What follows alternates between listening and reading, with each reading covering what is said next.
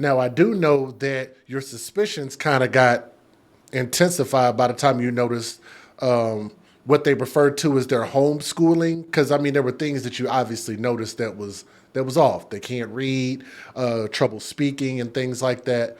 So when you noticed the family's homeschooling methods, the father's persistent phone call alerts, and the van packed with food and clothing, what were the specific elements that raised concerns?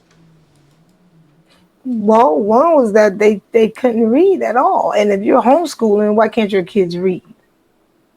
And when I called him out on that, he didn't say anything. I mean, I offered help on several occasions. He wouldn't take it.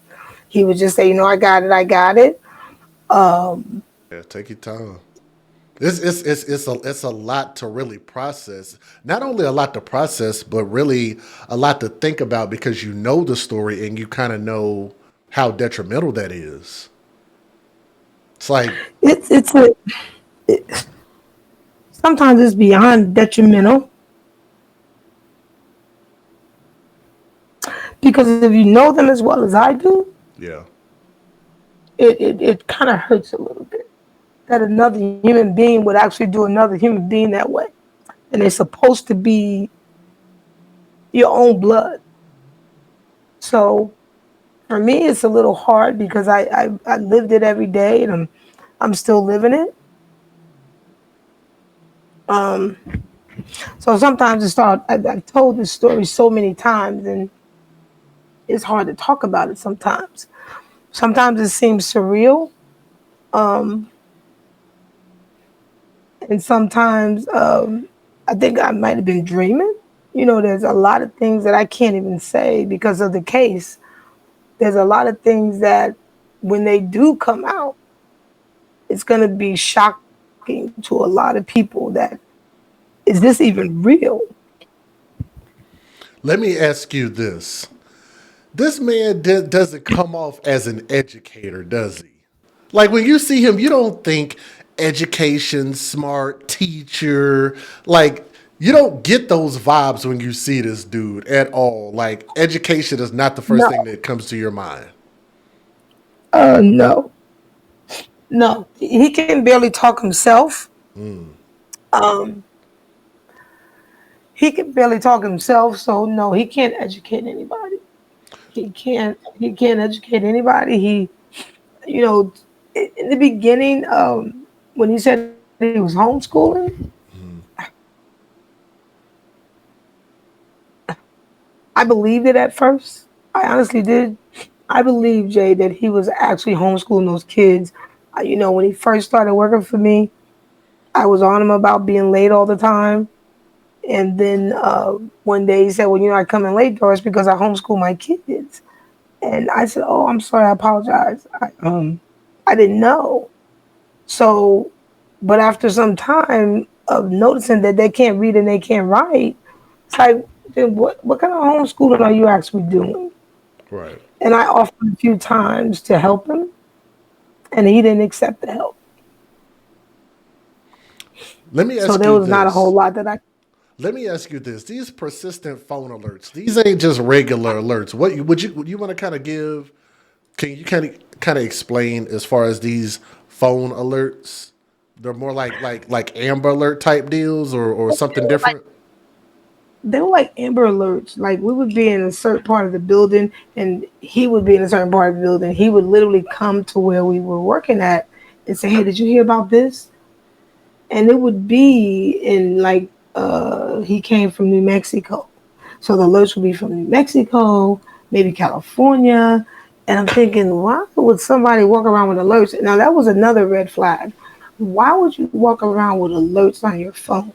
And why are you worried about what's happening in New Mexico on that level?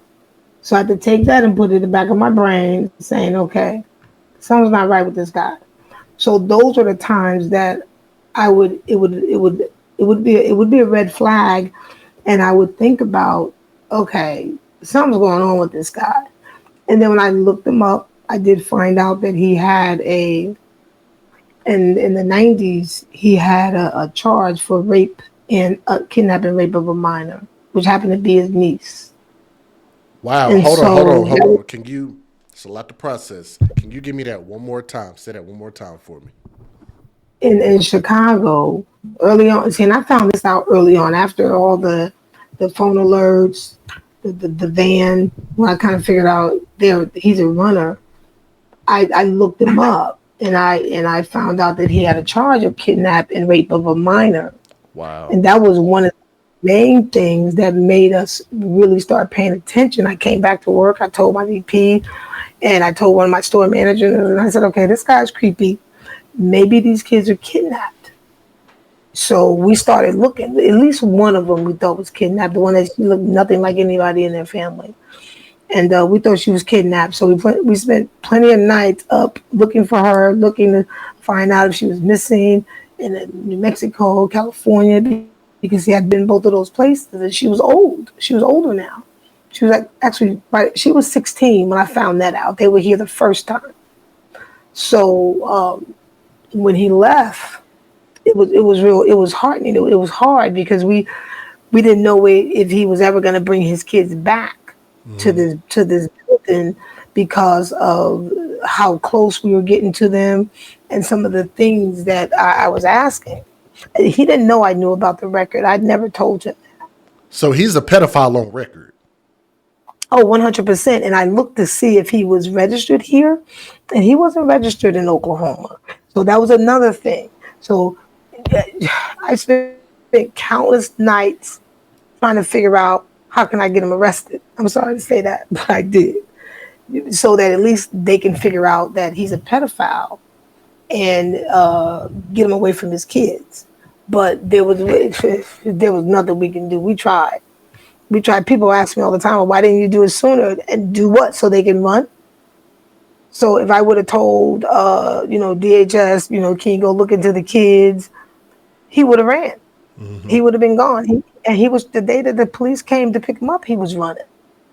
Once he was questioned by the police the very first time, the one thing that I was scared about is that they would run was about to happen. But the police had already figured out something wasn't right, and so they showed up the next morning. But had they done it, because they just came out to his house, and this happened in a couple of days span. Once DHS came out, the police questioned him. He was running. He was running. He was about to be gone, packing up, asking for gas money, and luckily the police came the next day because he would have been gone. He was moving to Canada. His kids, one of his daughters told me they was running. She said that we were leaving. He didn't want them to answer the phone for me anymore. And luckily, one of them did. She called me and told me that we're leaving today. My dad went to the other house. Where are you? Are you coming over? And I'm like, I'm on my way. So it had it not been for her, they probably would have been gone. But by this time, the police already knew who they were. They had already questioned him. He would have been all over. His picture would have been plastered everywhere. And I told him that you can't run. How he thought that he can actually get away with it. Now his girls were they're old. They're in their 20s. Eventually, somebody would have caught them. Yeah, eventually somebody would have told. I hope. Yeah. I'm curious if you can kind of give me some detail about this, which is a big, big part of the story. The conversation between you and the stepdaughter and where the truth was revealed about the relationship that she had going on with the dad. What was the stepdaughter's demeanor during this interaction when you were talking to her? Which the stepdaughter? Yeah. Oh, you mean about her and the dad? Well, that one I can't talk about because that's kind of in the middle of that investigation because she's the Okay. center of that. She's the one with the kids. She's the one that has the 5 kids. She's the one that's hasn't done any interviewing or anything. So that one I can't talk about. Okay. How did the family react to your scrutiny of how they do things and stuff like that? And why did they become distant after you started asking questions about your initial inquiries? Well, it wasn't the family that came distant. The girls still wanted to come work. It was the dad. He would periodically come by, or I would call him and say, "Hey Tim, I got a job for you. Can you come by?" He would show up with him and his wife, nobody else. I would ask him about the girls, and he would say they were on another job, or excuse me, they were sick, or it was always something going on with them. So he wouldn't bring them anymore. So I just kept him around, trying to make sure that the girls weren't pregnant, or not that I would know, but I just wanted to make sure he was still in Oklahoma City. So I tried everything to try to get him to come back and work. I offered him jobs that I didn't even have. I made it up. I offered him whole houses to work on. He would say he'll take the job, but he wouldn't show up. And then one day out of the blue, he just showed up at my job, at my building, and asked me for work. And he asked me, could I keep them busy? I'm like, yeah, I can keep you busy forever. So I made up a job, gave him a job, a weekly pay job, put his other kids to work, and I think it was, I don't know, a few months into it. Now his girls are older. And I was so surprised that he actually brought them back. That's what surprised me. When he showed up to come to work, he brought the one that I gave a cell phone to that I hadn't seen her in almost 3 years. And I was like, wow. She was 23. She was older, but she was still in the same position. Can't go anywhere. Can't, she's got a broke down cell phone, nothing. And so she was older. And so I talked to her a lot more, asking her, I don't understand. Have you been out? Have you been on dates? Have you been? No, she's like, my dad, he's overprotective. I'm like, well, you're 23. You can leave at any time. So I tried to get her to leave a few times, and she wouldn't leave. She wouldn't take the bait.